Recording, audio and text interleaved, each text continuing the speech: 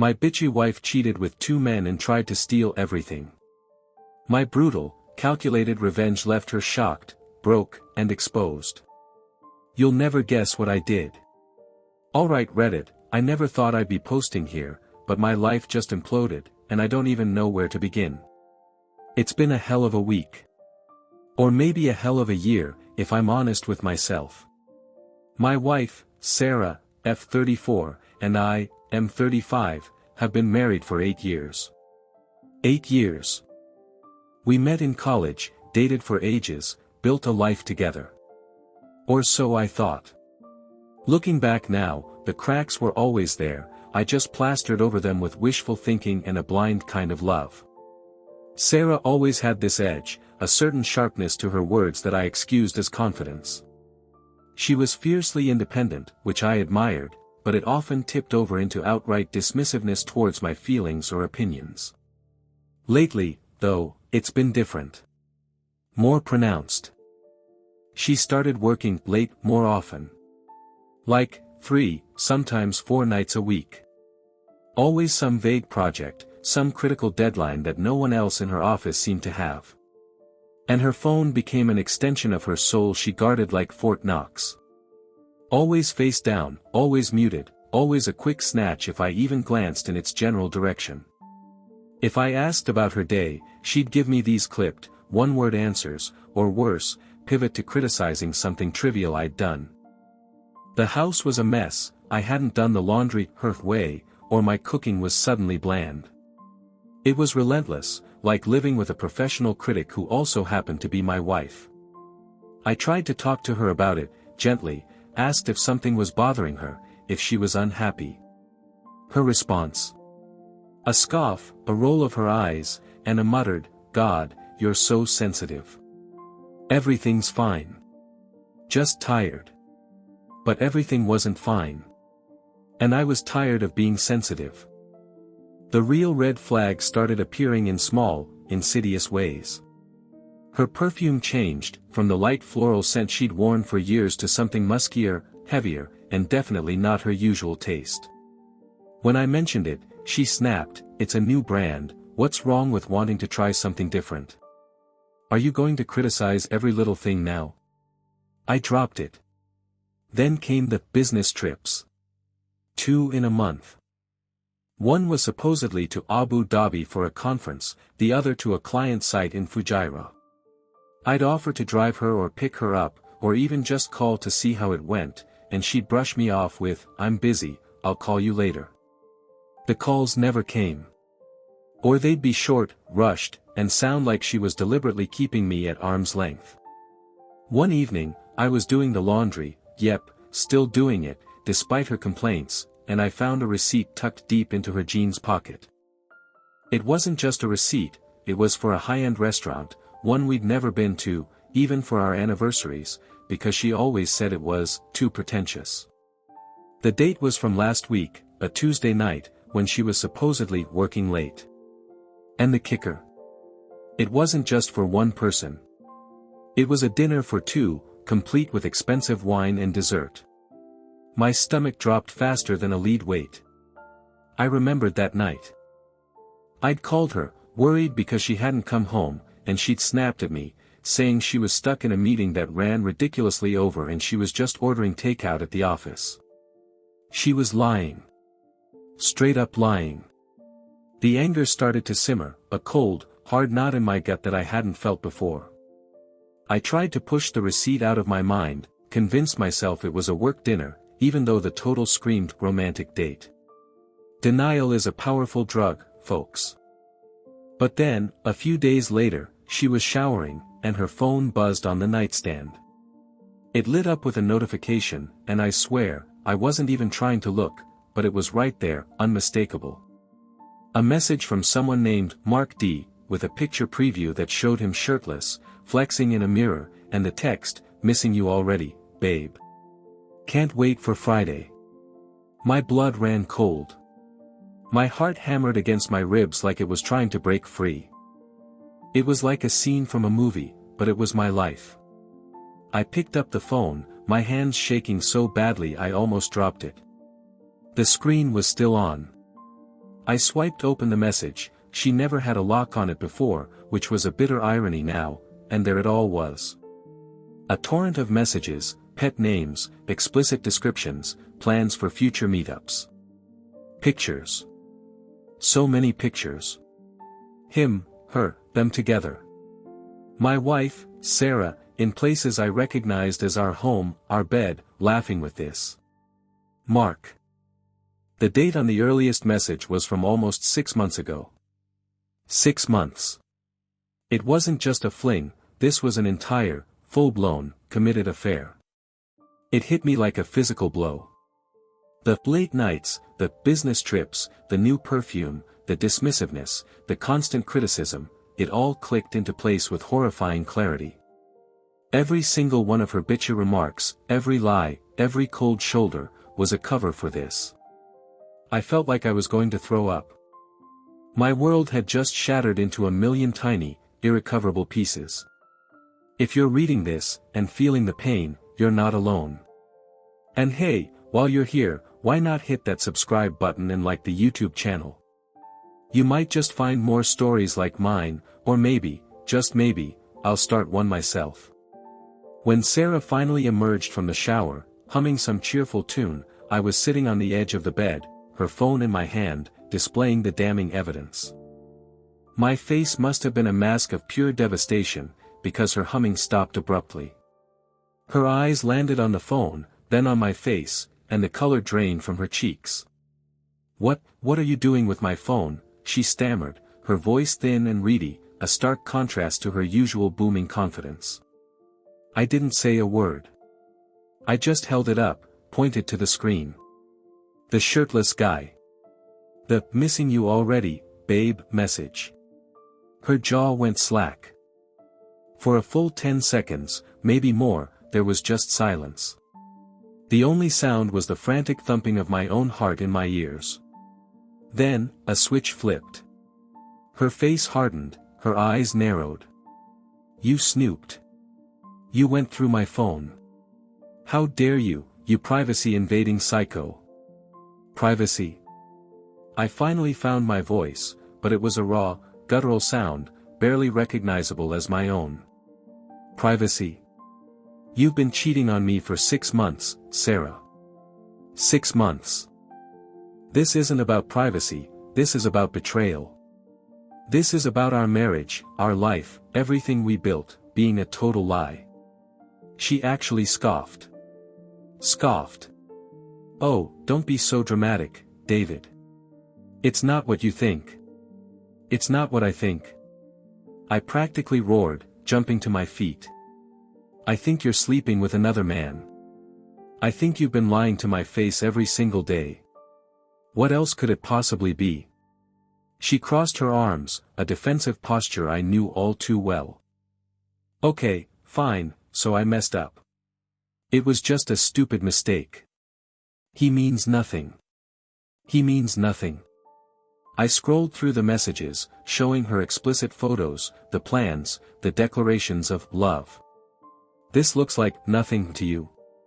This looks like an entire second relationship. The restaurant receipt, the late nights, the business trips, it was all him, wasn't it?" Her eyes flickered, she couldn't meet my gaze. "Okay, so maybe it went a little further than I intended. But you've been so distant lately. So wrapped up in your own little world. I just felt neglected." Neglected?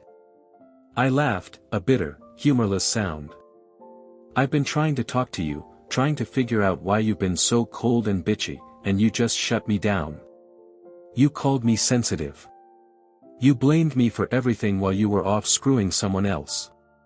The argument escalated into a full-blown screaming match. Her excuses were pathetic, a flurry of victim-blaming and gaslighting. It was my fault, apparently. I wasn't attentive enough, I didn't appreciate her, I was boring. It was infuriating. Every word out of her mouth was a lie, layered upon another lie, twisting the knife deeper. The confrontation was a blur of shouting and accusations, her bitchy excuses echoing in my ears. When she finally shut down, retreating into a stony silence, I just stared at her, this stranger who looked like my wife. The initial shock began to recede, replaced by a deep, aching emptiness. It was as if someone had scooped out my insides. My mind, usually a chaotic mess of thoughts, went completely blank. I couldn't think, couldn't feel, beyond this profound sense of devastation. I remember walking out of the bedroom, out of the house, without a word. I just got in my car and drove. I drove aimlessly, for hours, the city lights blurring into streaks as tears streamed down my face. I ended up by the ocean, staring at the dark water, feeling utterly adrift. The anger was still there, a hot coal in my chest, but beneath it was a crushing wave of sadness. 8 years. All those memories, all those shared dreams, all the plans for the future, gone. Reduced to a hollow, bitter mockery. The worst part wasn't just the betrayal, it was the realization that the person I had loved, the person I had built my entire adult life around, was capable of such cold, calculated deception. It made me question everything. Was our whole relationship a lie? Was she always this way, and I was just too blind to see it? Every "I love you," every tender moment, every shared laugh now felt tainted, poisoned. It was a grief unlike any I'd ever known, a death of a future I had so clearly envisioned. The acceptance hasn't come yet, not fully. Right now, it's just raw, debilitating pain, a constant ache that won't let up. I feel like a fool, utterly broken, and completely lost. The next few days were a waking nightmare. I couldn't eat, couldn't sleep. The house felt like a tomb, filled with the ghosts of our past and the suffocating presence of her betrayal. Sarah tried to act like nothing had happened, or rather, like it was a minor disagreement. She'd leave passive-aggressive notes about chores, or try to strike up casual conversation about work, as if a nuclear bomb hadn't just detonated in our living room. Her audacity was astounding. It only fueled the simmering rage beneath my sadness. I spent hours just sitting, staring at walls, my mind replaying every interaction, every lie, every subtle shift in her behavior. It was like watching a slow-motion car crash, where I was the only one who didn't see it coming. My friends, who I eventually confessed to, after some serious prodding about why I looked like a zombie, were shocked. They'd always seen Sarah as the charming, witty one, never suspecting the bitchy, manipulative side I'd been living with. Their support was a lifeline, but even their anger couldn't dull the sharp edge of my own pain. The emotional impact was profound. I felt humiliated, not just by her actions, but by my own blindness. How could I have been so naive? So trusting? It shattered my self-worth. Every insecurity I'd ever had, every self-doubt, came rushing to the surface, amplified 1,000 times. I questioned my judgment, my ability to read people, even my own attractiveness. It was a vicious cycle of self-blame and external rage. The acceptance of the situation was a long way off, overshadowed by the raw, unadulterated anger and the searing sting of betrayal. The decision on how to move forward was the hardest part. My mind was a battlefield. One part of me, the part that remembered the good times, the 8 years of history, the comfort of familiarity, wanted to try and fix it. To believe her when she swore it was a mistake, one-time thing, though the messages clearly contradicted that. It wanted to forgive, to try and rebuild. But a stronger, colder part of me, fueled by the countless lies and her astonishing lack of genuine remorse, knew that was a pipe dream. How do you come back from this? How do you trust someone who can so expertly lie to your face for months, while actively building a relationship with someone else? The image of her, laughing with him in our bed, was burned into my mind. Every touch, every word, every intimate moment we shared now felt like an elaborate charade she was playing. I realized I couldn't live with that. I couldn't live with the constant suspicion, the lingering doubt, the knowledge that she could so easily betray me again. The trust was obliterated, and without trust, there's no marriage. There's just a hollow shell. So, I made a choice. It was brutal, it was painful, but it felt like the only way to reclaim my sanity and my self-respect. There would be no working on the marriage. There would be no trying again. This was over. Done. I decided I would separate, starting immediately. The thought of sharing a space with her, knowing what I knew, was unbearable. It felt like choking. It was time for a clean break, as painful as it would be. My decision felt like cutting off a limb, agonizing but necessary. I started quietly making arrangements. I spoke to a lawyer, just to understand my options. I secured a small, temporary apartment. I didn't tell Sarah any of this. I was done with confrontations, done with her lies and her bitchy deflections. I wanted to move with surgical precision, to minimize her ability to manipulate or drag this out. Then came the moment I chose to act.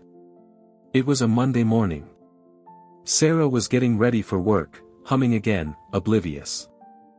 She still tried to act like things were normal, but the tension in the house was thick enough to cut with a knife. As she was about to leave, I stopped her at the front door. "We need to talk," I said, my voice steady, betraying none of the turmoil inside me. She sighed dramatically.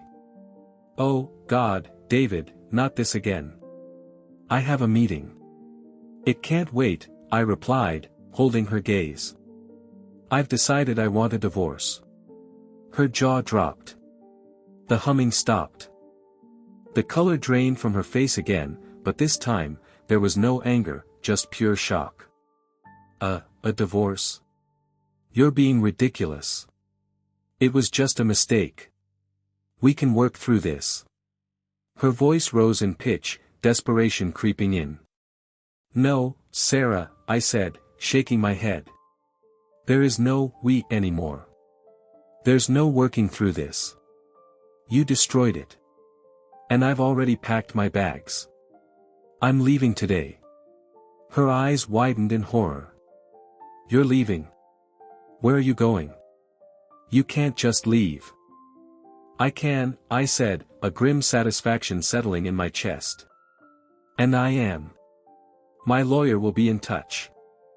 I turned, went back into the bedroom, grabbed the 2 packed suitcases I'd hidden, and walked right past her, out the front door. I didn't look back. The apartment felt like a prison, and I was finally, terrifyingly, wonderfully, free. It was a sudden, brutal move, but after months of lies, I felt no remorse for the shock it caused her. Leaving the house, leaving Sarah, was the hardest and most liberating thing I'd ever done. The silence in my new, small apartment was deafening, but it was a peaceful silence, not the suffocating quiet of a home filled with lies.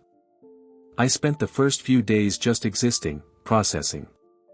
The anger still flared, especially when I thought of her audacity, her constant blame shifting. But it was slowly, gradually, giving way to something else, a fierce determination to heal and rebuild. The revenge, which had simmered as a dark fantasy in my mind, began to take a different form. It wasn't about hurting her physically or financially, at least not in the way some people might think.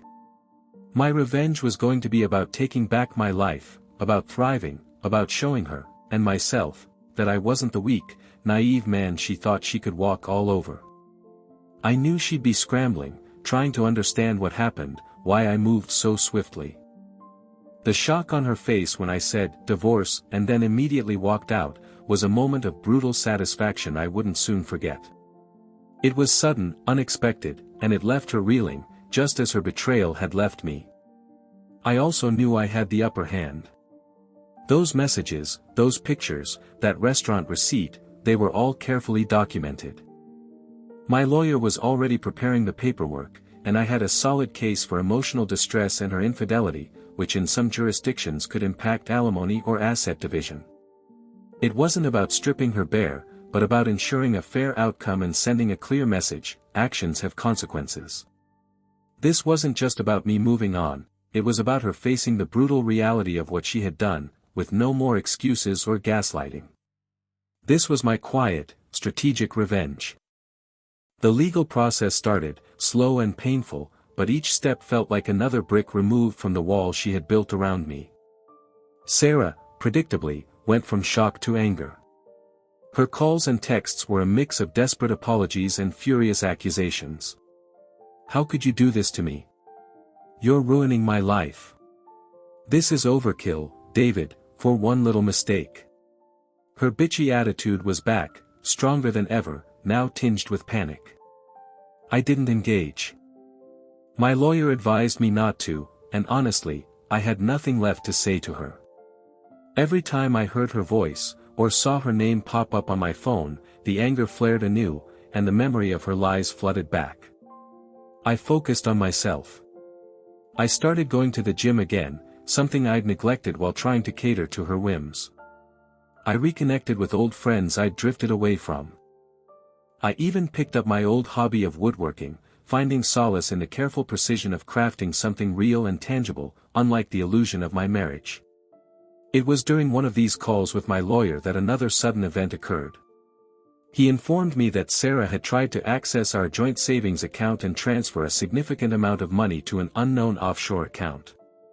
Thankfully, he had already flagged it with the bank, and the transfer was blocked.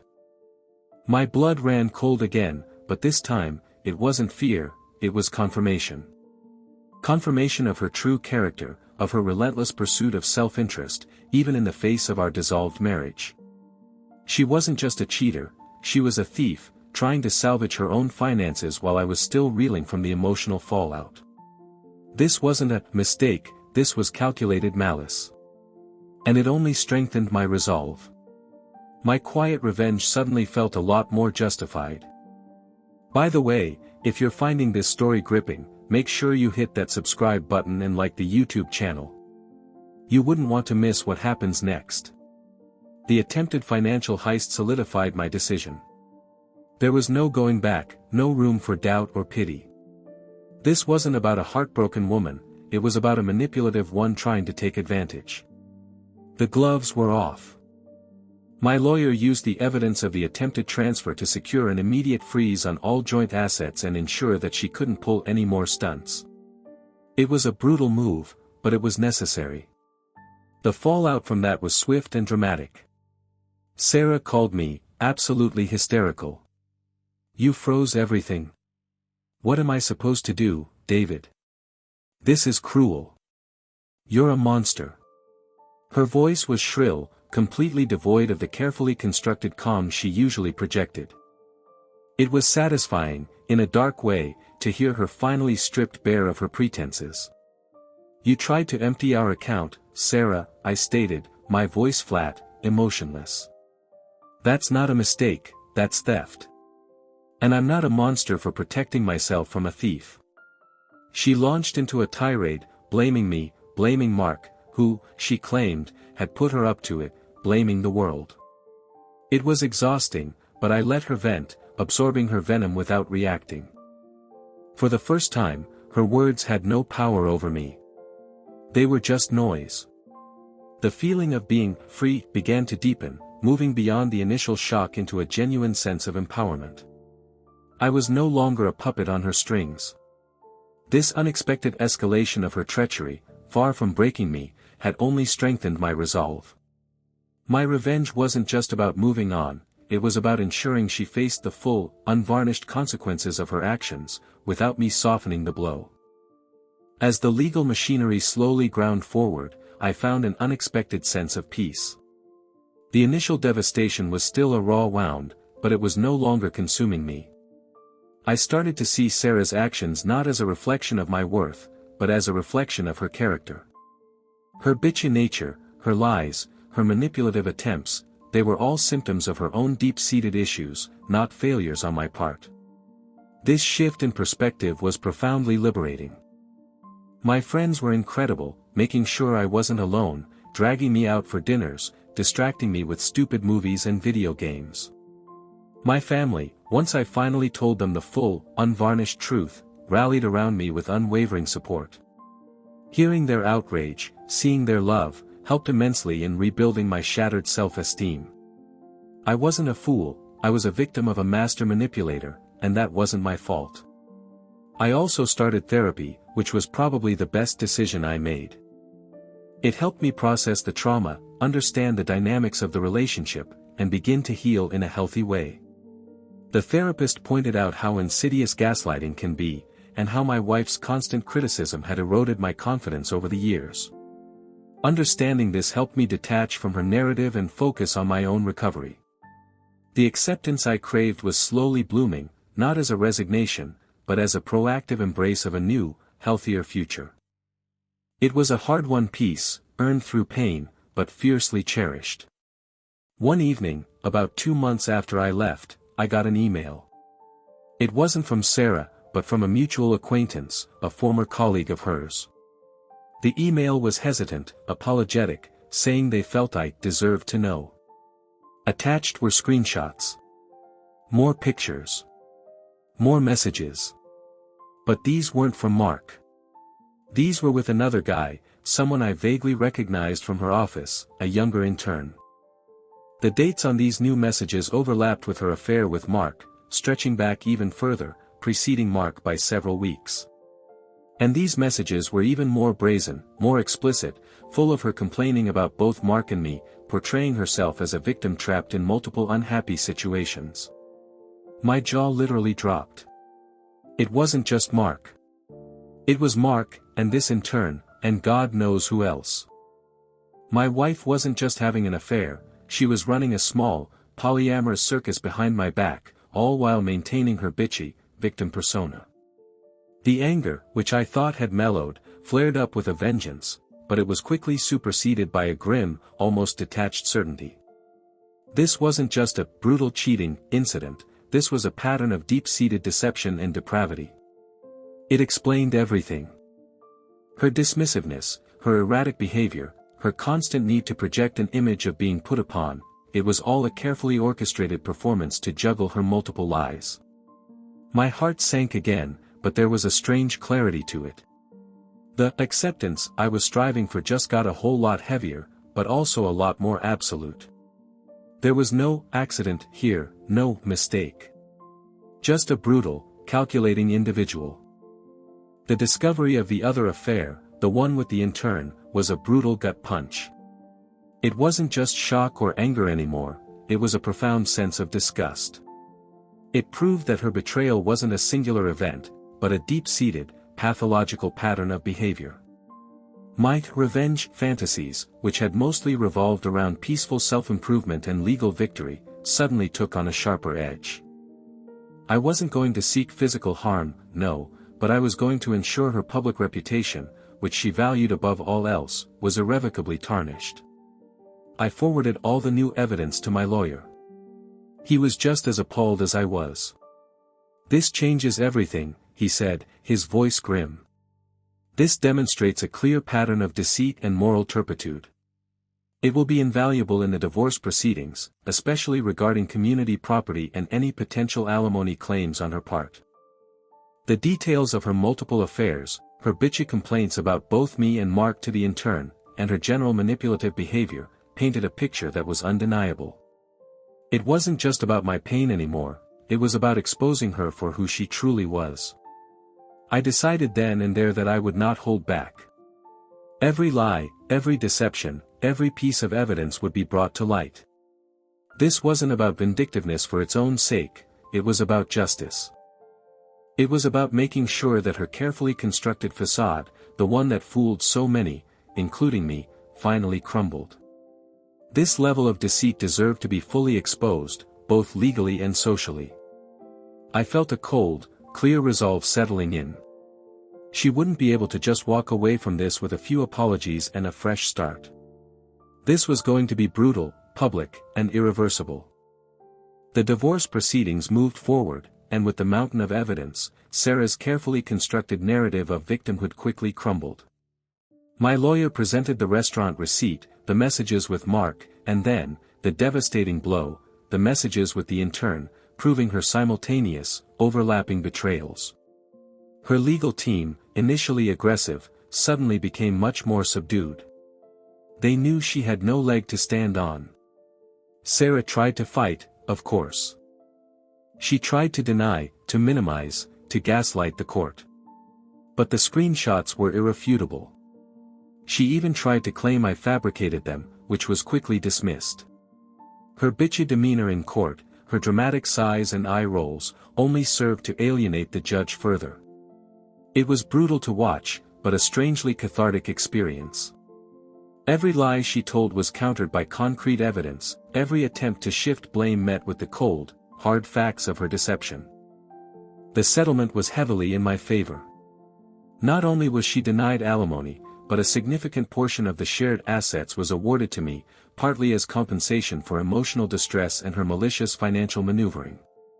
It was a complete and utter legal defeat for her, a public humiliation that I knew would sting her far more than any monetary loss. She had lost everything she valued, her reputation, her financial security, and her carefully crafted image. My revenge wasn't just sweet, it was meticulously executed and legally sanctioned. This wasn't just about me moving on, but about her facing the full, brutal consequences of her actions.